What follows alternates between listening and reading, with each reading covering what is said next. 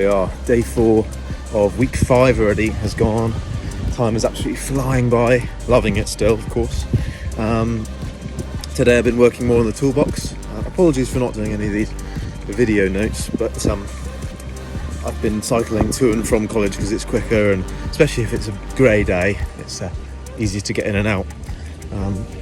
But I've been working on my toolbox, doing lots of dovetails. Draw fronts are pretty much there. I've got some more gluing up to do, but I'm going to head back to the BBA later and then I can finish those off. So good stuff, as always.